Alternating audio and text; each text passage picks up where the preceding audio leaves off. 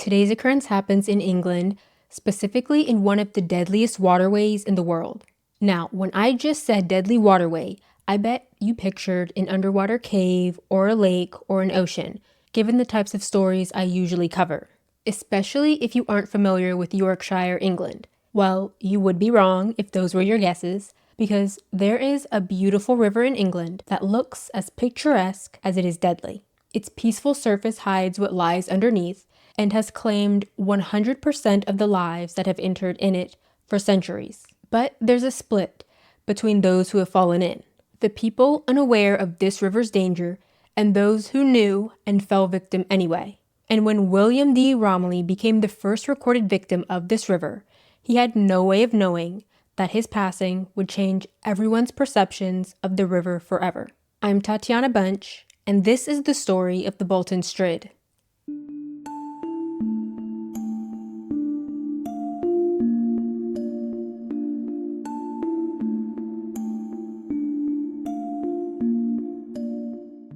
One of the earliest reported incidents at the Bolton Strid involves a boy named William, and he wasn't just any kid. William was the son of Lady Alice, a noblewoman who owned a massive estate nearby in the 12th century. Some stories say he was just 6 years old, but most don't specify his age.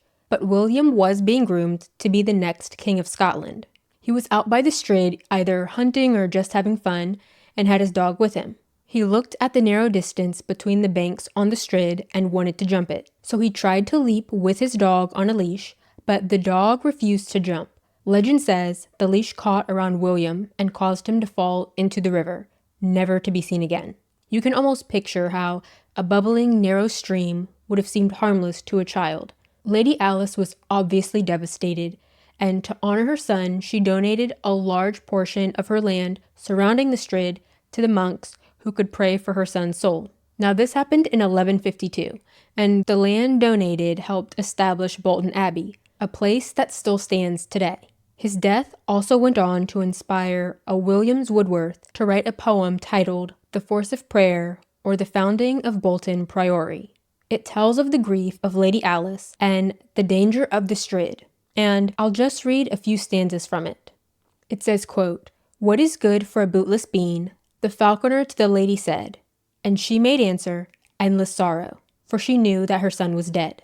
She knew it by the falconer's words, and from the look of the falconer's eye, and from the love which was in her soul, for her youthful Romilly. Young Romilly through Barden woods is ranging high and low, and holds a greyhound in a leash, to let slip upon buck or doe. The pair have reached that fearful chasm, how tempting to bestride, for lordly wharfe is where pent in, with rocks on either side. The striding place is called the Strid, a name which it took of yore. 1,000 years hath Bath borne that name, and shall 1,000 more. And hither is young Romilly come, and what may now forbid, that he perhaps for the 100th time shall bound across the Strid. He sprang in glee, for what cared he, that the river was strong and the rocks were steep, but the greyhound in the leash hung back, and checked him in his leap.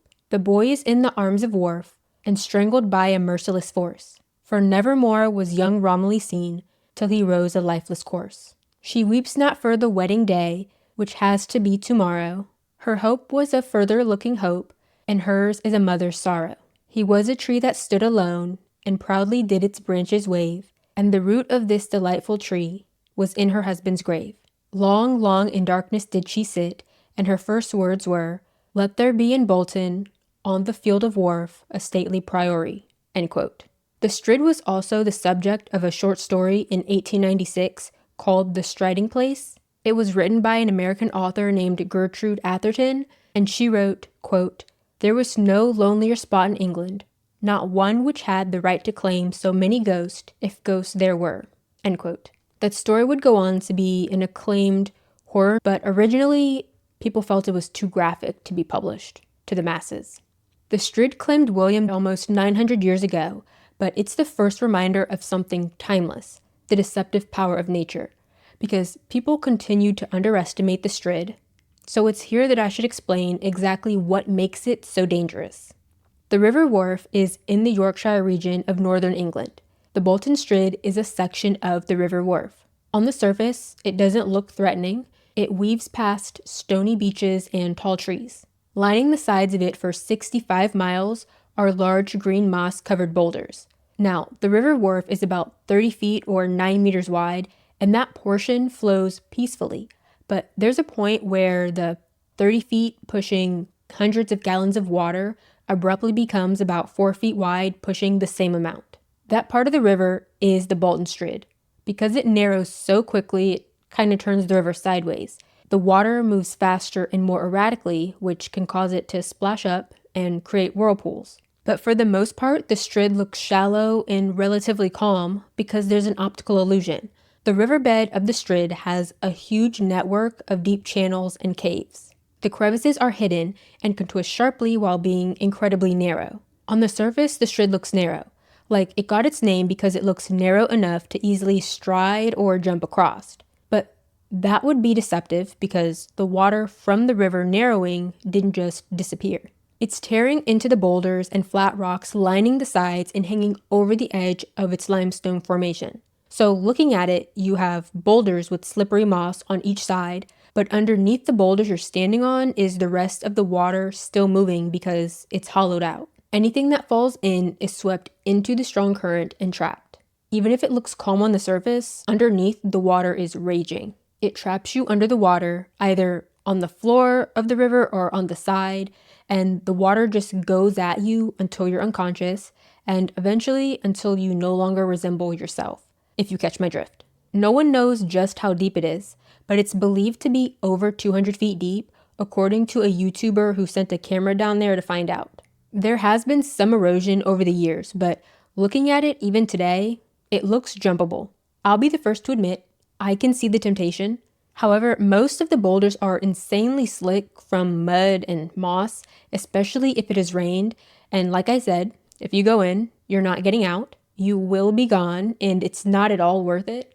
And there's also 1,000,001 signs around warning people not to jump. They literally say, "Danger, this river is dangerous and has claimed lives in the past. Please stand back and beware slippery rocks." There are others that also warn that the area is very dangerous because of submerged rocks. The signs also say that diving, jumping, and swimming are prohibited. The signs are in your face and bright red, but people still ignore them. Now, in this next story, I don't know if there were signs up, but people knew of how dangerous the Strid was. In 1871, Arthur Reginald Smith was born. He would go on to study art by taking evening classes at a school of art and would eventually work there as a tutor.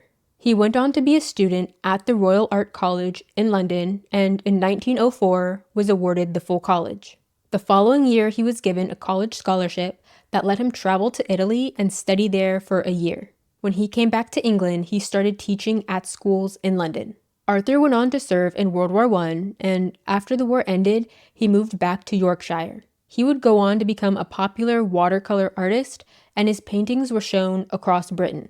He did everything from painting at Buckingham Palace to private luxury apartments. But Arthur was known to love the beauty of the Wharfe River and would often paint the villages near it. So on September 14th, 1934, he decided he wanted to spend his Friday painting the river near Bolton Abbey. He left early in the morning from his home, 10 to 15 miles away, but after his trip on that day, he didn't come home. The police were contacted and they found his bag holding sketches of the river and his easel on a rock next to the Strid at its narrowest point. The police searched the woods for Arthur, but couldn't find him. The police spent the next day and the week following dragging the river. The only trace of him, besides his art supplies, was the tweed hat located downstream, about half a mile away from where he was believed to be. Eventually, a water diviner was called by police to help with the search, since he had successfully in the past located drowned remains. The guy stood near the narrowest part of the Strid, holding Arthur's hat, before walking downstream with 2 hazel twigs attached with wire. The diviner stopped and pointed to a spot in the water 150 feet from where Arthur's easel was found. The diviner told the police he was positive Arthur was where he pointed. So, the police dragged the river in that area again and found Arthur's remains there. He was wedged against a rock at the exact point the diviner pointed to. It was reported that Arthur had been known to jump the river there, so people believed he slipped attempting that again. But Arthur was 63 years old at this point, so no one really understood why he would have tried to jump across, given his age. But Arthur's remains were cremated and scattered into the river. And his work is in private collections today, but there are some museums with examples of his work. Now, it's possible that a flash flood could have taken him instead, because the river does have a history of flooding very quickly, although it does make me wonder how he would have been swept in, but not any of his art supplies, if that were the case in this instance. The next publicized instance happened in August of 1998. 25-year-old Lynn and 29-year-old Barry Collette had just gotten married a few days ago and were in the Yorkshire Dales on day 2 of their honeymoon. Lynn was a nursing student and Barry was a computer operator. They were staying in a holiday cottage and were enjoying opening all of their wedding gifts and savoring the last tier of their wedding cake. They decided to take a walk by the river wharf at Bolton Abbey because it had rained overnight and it would be a nice cooling stroll. The couple didn't return from their walk. An estate worker was walking near the river with his family when the water level rose 5 feet in seconds. The turbulence and speed of the water was flood water hitting that part of the river from the rain the night before. He thought he saw a body in the water, so he went to the water's edge and saw a face pop out of the water towards him before almost immediately disappearing. He called for help, but whoever it was vanished before he could call. Soon after, a red jacket was found in the river with keys to a holiday cottage. It belonged to Lynn. When news broke about missing newlyweds, the estate worker knew he saw Barry. Lynn was found 6 days after falling in, and her husband was found 10 miles downstream on October 16th, over a month later. Their deaths were ruled an accident, and they were buried together at the church they were married in. A river bailiff, who is a law enforcement officer that polices bodies of water, said he had only seen the river rise that fast just 6 times before. It's a surprise if you haven't seen it before because the river literally raises 5 feet in less than a minute. In this instance, they seem to have been close enough to the water for the flash flood to catch them and pull them downstream. On June 5th, 2010, the Page family was celebrating Aaron's 8th birthday. He was the youngest of 5 and known to be a daredevil.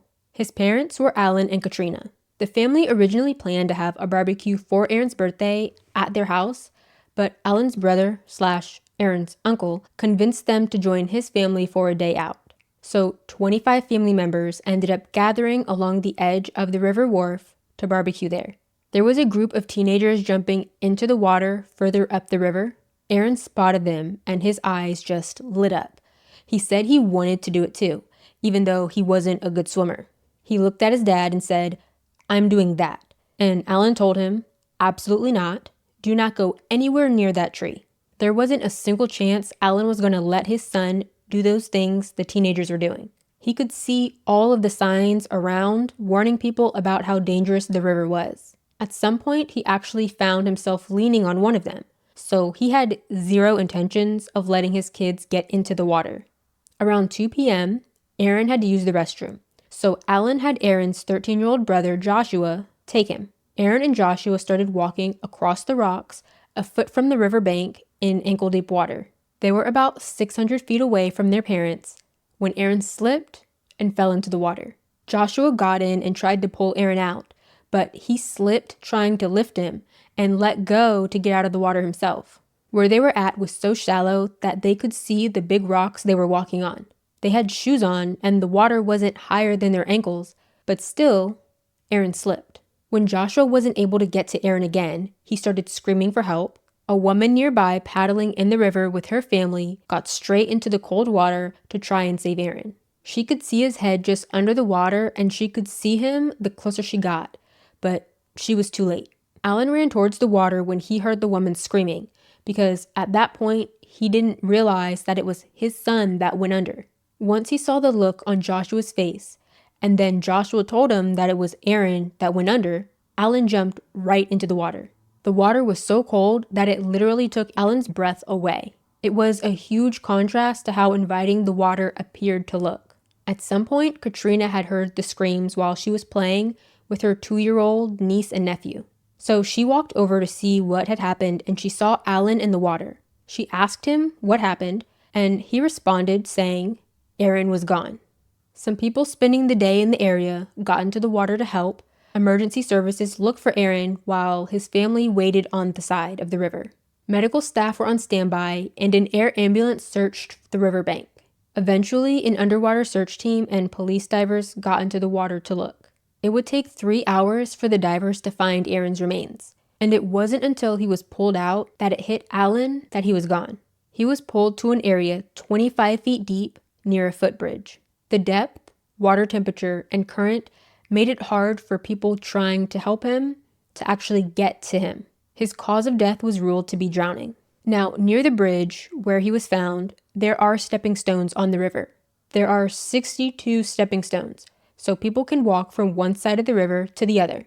I'm assuming it's in a safer area of the river, although if the water isn't calm or it has rained recently, I wouldn't suggest it. But they were originally the crossing point for workers at the monastery/priory. And north of the stones is a large beach area that people visit to have picnics and relax. Now, there are other stories and legends surrounding the Strid. In one, 2 young lovers planned to elope together. The woman was afraid she would be caught on her way to meet the man she wanted to marry, so in order to stay hidden, she didn't cross the bridges on the wharf upstream. Instead, she tried to cross the Strid. She was unfortunately caught in the water and dragged down, and her almost husband saw this happen from the opposite side of the river and tried to save her, and he too was taken by the river. It's said when a fatality happens there, a ghostly white horse rises from the water as the person is dragged down, which is similar to the puka in Ireland or the kelpie in Scottish folklore. With both of the beings, the lore around them is much more in depth than I'm going to explain, but I'll just briefly touch on them so you have an idea of what they are. The puka is said to be benign but mischievous in some stories and malevolent in others. They can be found in any rural location, but they like open mountainous areas, so they can run free in horse form. They can shift into many animals, and when it's in horse form, they're known to have fun by inviting a rider to jump on its back after the rider has had too much to drink after a night at the bar. It approaches while the person is making their way home. If you get on, it will take you on the wildest trip you'll ever know, because it's said they love to terrify riders by making death-defying leaps and jumps. But you will at least make it home, because it doesn't want to do any real harm. It's known for taking human form sometimes too, and just being mischievous and chatting your ear off.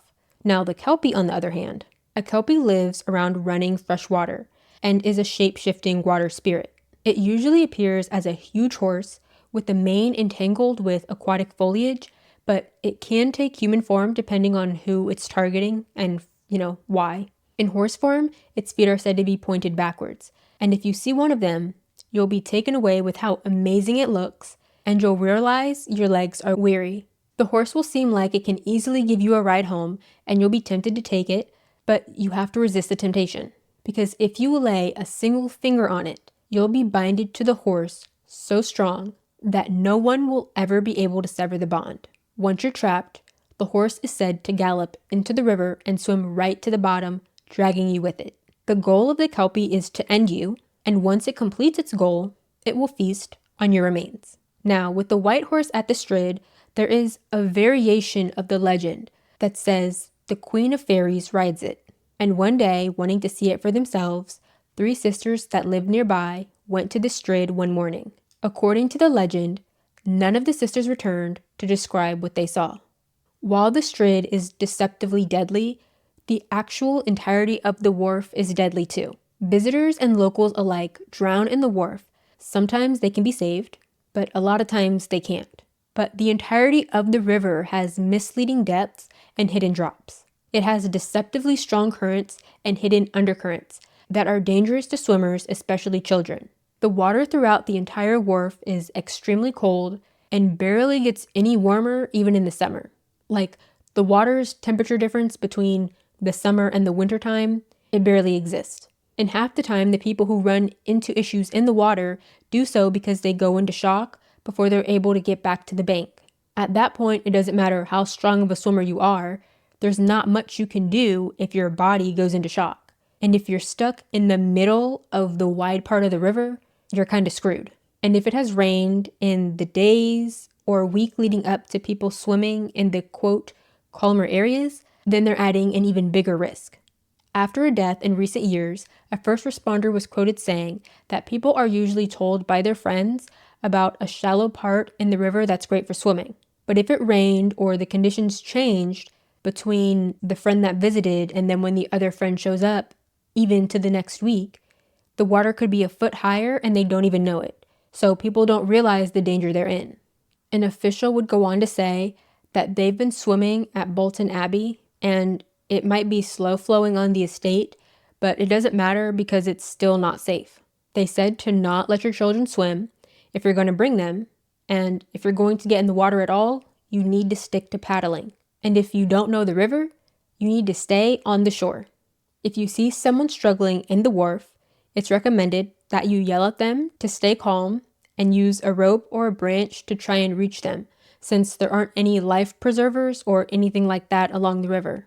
First responders don't want people jumping in after someone struggling unless it's a child in a part where you can touch the bottom. No one wants to make what could possibly be a one casualty situation suddenly so much more than that. In 1963, Andrew and Stuart Nicholson, who were 8-year-old twins, were in the wharf while their parents sunbathed nearby. They suddenly disappeared under the water and a few people saw them struggling. They fell into Netherby Deep, an underwater trench that drops 30 feet onto a sandbank. It has strong whirlpools and currents. Police divers found the boys 25 feet down. That same summer, 8 more children had to be rescued.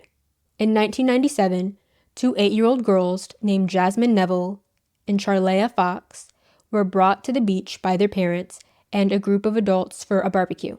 The rest of the group went back home, but their parents left them with a family friend, a 41-year-old woman, who said she would watch them. That woman looking after them was smoking Mary J. and drinking with 2 men. Neither of the girls could swim, and they didn't have any floaties on, but they got in the water to play a Baywatch game. They drowned while playing that game. They were in the wharf at Sandy Beaches, which appears calm, but has areas carved out of the bank from the current. That situation actually ended up in court, but the woman avoided jail because the judge felt the other adults should not have left her alone with the girls. In 2009, a 19-year-old Joel Scott and his friend were jumping from Loop Scar, which is a 30-foot rock by the river in Burnsall. They would jump from the cliff to the water, and at one point, when Joel tried to climb back up to the scar, he slipped and fell and had a fatal head injury. In 2016, Daniel Kirk Hall was having a picnic with his children at the Oakley Pebble Beaches when he spotted 2 boys struggling in the water. The boys looked to be about 8 or 9 years old, so Daniel rushed to swim out to them.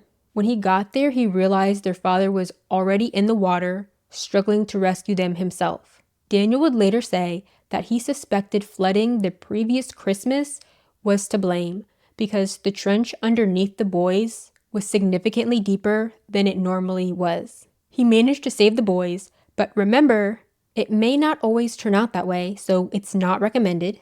And in July and August of this year, 2024, there were 2 drowning fatalities, one after falling from a swing rope. Now, this was just a fraction of the deaths that have happened in the wharf and in the Strid. The Strid is one of the deadliest waterways in the world, and many people, including myself, prior to researching for this episode, are unfamiliar with the area and would have no idea just how dangerous it is by looking at it.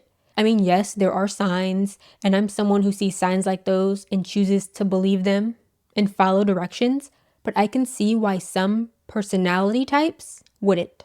The wharf itself is nothing to play in either, but should you choose to test your luck, I just have one question.